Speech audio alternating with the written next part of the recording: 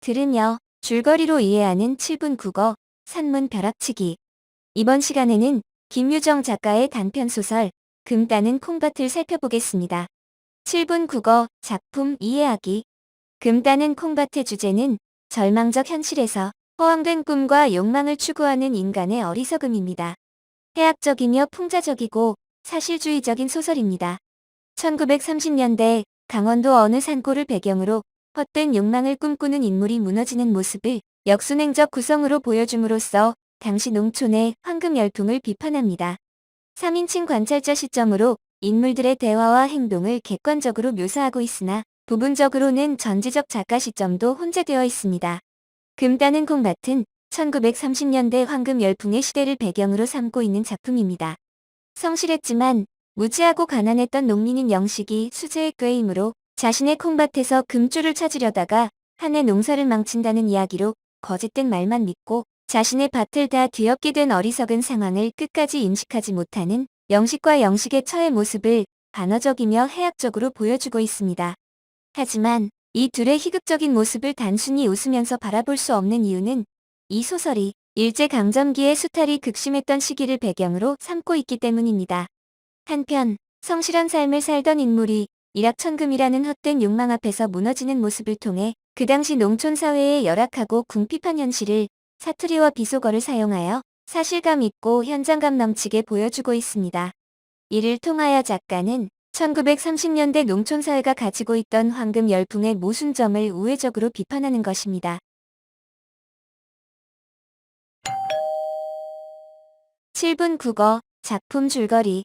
가난한 소작인인 영식은 어느 날 콩밭에서 홀로 김을 메고 있는데 콩밭에 금이 묻혀 있으니 이를 파보자며 수재가 제안을 합니다. 콩밭이 있는 바로 산 너머의 고래는 큰 광산이 있었고 영식의 입장에서는 궁핍한 농촌 생활을 면하고자 하는 욕구가 가득했습니다. 이런 가운데 일억천금의 꿈이 비록 허황된 것이라 할지라도 금이 나오는 요행을 기대하지 않을 수 없었던 것입니다. 아내는 아내대로 돈이 판을 치는 세상에서 가난을 면한다는 꿈에 이끌리지 않을 수 없어 남편을 부추깁니다. 영식은 몇 차례 거절했으나 결국 애써 가꾸어 한창 자라는 콩밭을 거덜내면서까지 수재와 함께 땅을 파기 시작하고 급기야는 콩밭 하나만 결단을 내게 되었습니다. 이를 알게 된 마름은 크게 노하였습니다. 영식이 굴문 밖으로 나왔을 때 산을 내려오는 마름과 맞닥뜨렸고 마름은 구덩이를 묻지 않으면 징역을 갈 줄 알라고 포악을 합니다. 한편 아무리 구덩이를 파도 금이 나올 기미가 보이지 않자 이에 불안한 영식의 부부는 이웃으로부터 양식을 꾸고 떡을 해서 산재를 지내게 됩니다. 가을이 되어도 금맥은커녕 빌린 양식마저 갚을 수 없게 되자 아내는 불안하고 초조해합니다. 결국 분통이 터진 영식은 수재와 싸우게 됩니다. 아내가 점심을 이고 콩밭으로 갔을 때 남편은 얼굴에 생채기가 나 있고 수재는 흙투성이에다가 코피가 흐르고 있었습니다. 이를 본 아내가 분통을 건드리자 영식은 아내의 머리를 후려칩니다. 영식은 콩밭에서 금을 따는 숙맥도 있느냐고 비아냥거리는 아내에게 발길질을 합니다. 이내 불안하여 조바심이 난 수재가 터졌네 터졌어 금줄 잡았어 하고 터낸 흙 속에서 불구죽죽한 황토 한 줌을 움켜내어 영식 부부에게 이게 바로 한 포대에 50원씩 하는 금이라고 거짓말을 합니다.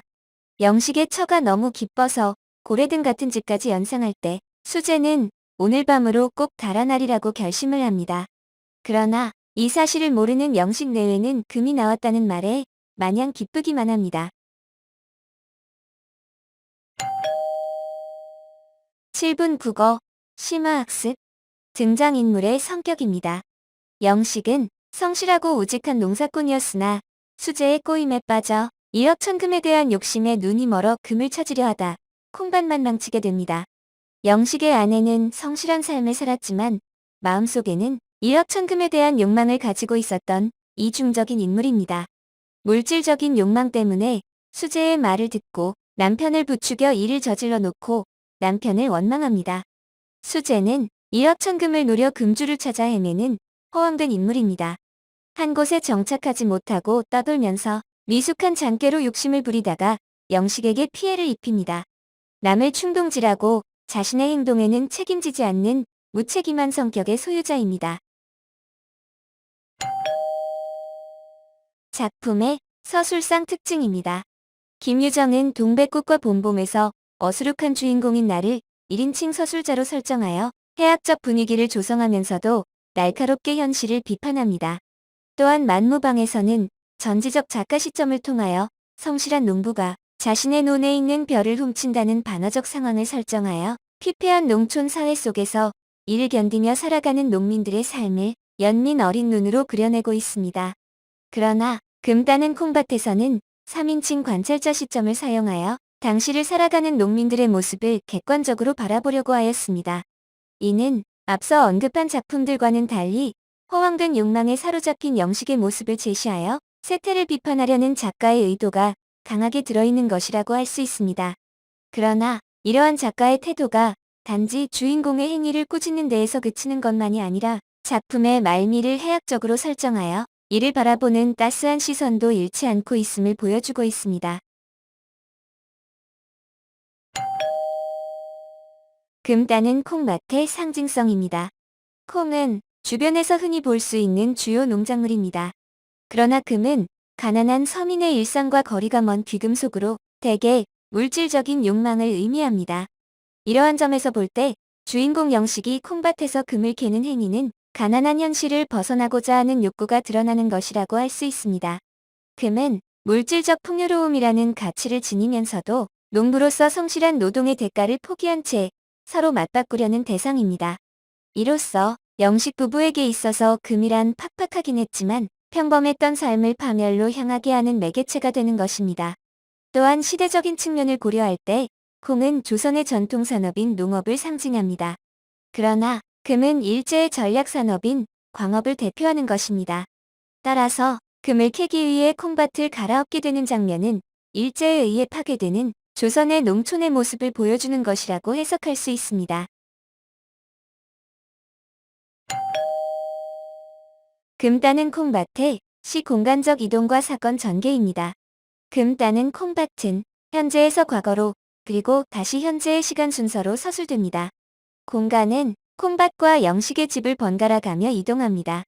이러한 서술 방법은 독자에게 금이라는 이하천금의 허황된 꿈을 찾아 헤매는 주인공의 모습을 강하게 인식하도록 만든 뒤 순진하고 성실한 농사꾼이었던 영식이 허황된 꿈을 찾는 사람으로 변할 수밖에 없었던 농촌의 궁핍한 현실을 차례로 보여주기 위한 의도가 들어있는 것이라고 할 수 있습니다.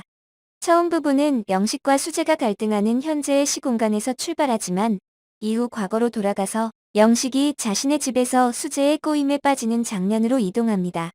그 뒤에 금을 따기 위해 콩밭을 파헤치던 것과 영식의 집에서 영식과 처가 갈등하던 상황, 그리고 콩밭에서 산재를 지내던 과거의 사건들을 순차적으로 보여줌으로써 점차 갈등이 깊어지는 연쇄적 과정으로 표면화되는 것입니다.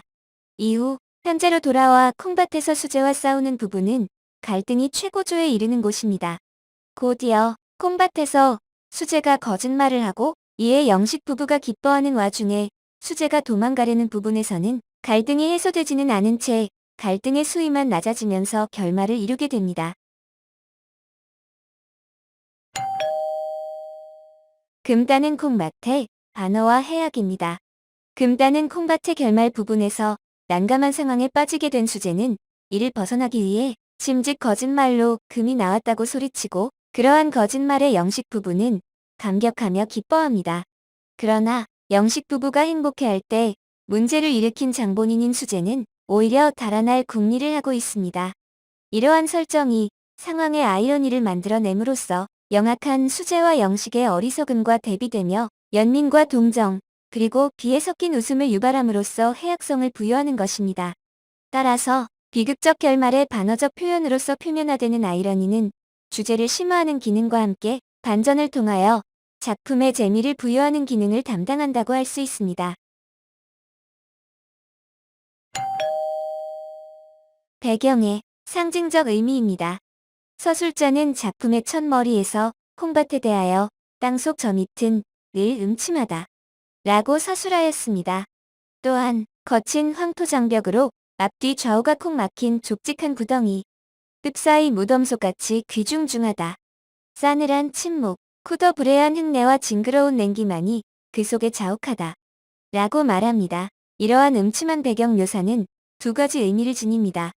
하나는 당시 우리 농민들이 처한 현실의 표상으로 생활의 기본적인 조건조차 갖추어져 있지 않았던 절망적 상태를 보여주는 것입니다. 다른 한편으로는 작가의 감정이 투사된 것으로 일확천금을 노리며 금을 캐내려는 영식의 꿈이 좌절될 것임을 암시하는 것입니다.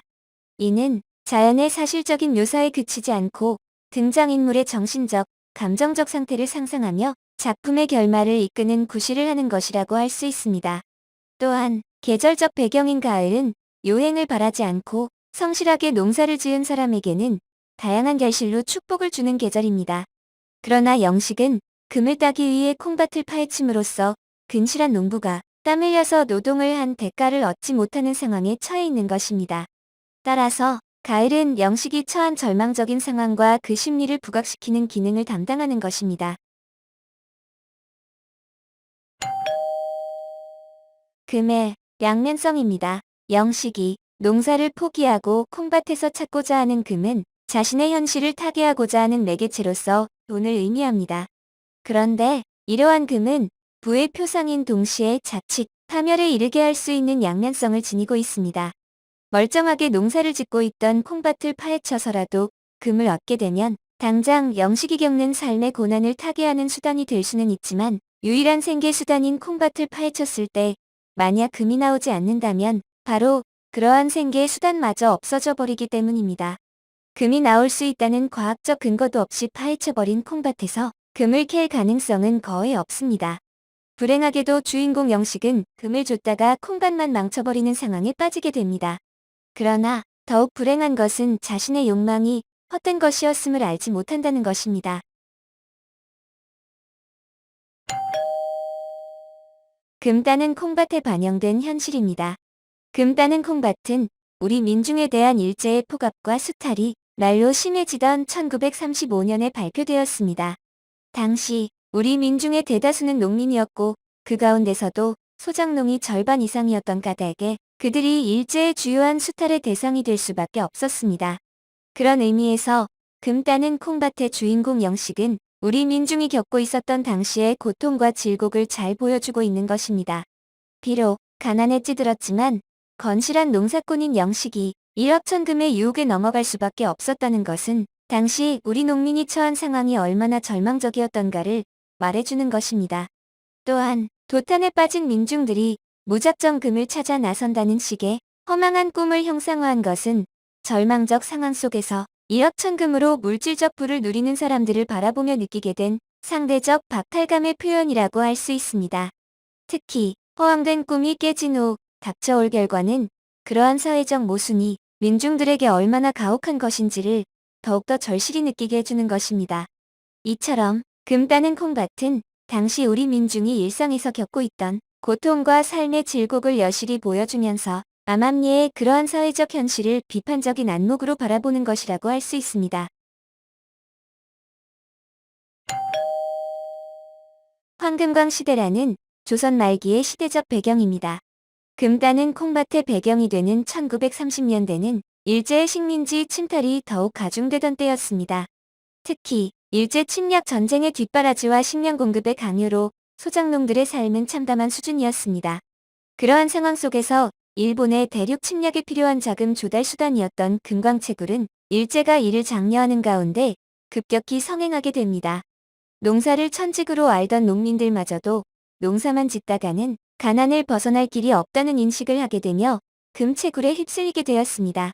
실제로 1930년대의 조선 팔도에는 일제에 의해 파헤쳐진 금광이 무려 5천여 곳에 이르렀습니다. 1939년 조선의 금 생산량은 약 31톤가량이었는데 지금의 화폐 가치로 약 10조 원에 해당하는 노다지를 땅속에서 파는 것입니다. 이는 식민지 조선의 통치자로 군림하며 돈 되는 일이라면 모든 것을 했던 조선 총독부의 금 채굴 장려 정책과 당시의 금값 폭등이 맞아떨어진 결과이며 그로 인하여 조선을 지배했던 일본은 세계 6위의 금 생산국이라는 지위에까지 오르게 되었습니다. 결말의 특징과 역할입니다. 결말 부분에서 수재는 콩밭에 금이 없다는 것을 알고 있습니다. 그러나 그 상황에서 벗어나기 위해 거짓말로 금이 나왔다고 말합니다. 그런 거짓말에 영식 부부는 감격하여 기뻐하고 그 순간 수재는 달아날 궁리를 하게 됩니다. 이는 순박한 농민 영식이 허황된 현실을 끝까지 깨닫지 못하고 있음을 해학적 요소를 가미하여 비판하는 것입니다. 함께 읽으면 도움이 되는 작품입니다. 김유정 작가의 노다지가 있습니다. 노다지는 남들의 눈을 피해 금을 캐러 다니는 잠채꾼의 행위와 심리를 추적하여 인간 내면의 심리적 갈등 구조를 다룬 작품입니다. 금 따는 콩밭과 마찬가지로 황금광 시대를 배경으로 하고 있다는 점에서 비교할 만합니다. 김정한 작가의 사하촌이 있습니다. 사하촌은 가뭄과 지주의 횡포 속에서 살아가는 농민들의 저항의식을 사실적으로 그린 소설입니다. 작품 속에 등장하는 소작인들은 절의 논을 빌려 이를 일구며 살아가면서 스스로 현실을 자각하고 저항하지만 금 따는 콩밭에 무지하고 어리숙한 주인공은 끝까지 현실을 인식하지 못한다는 점이 다르다고 할 수 있습니다.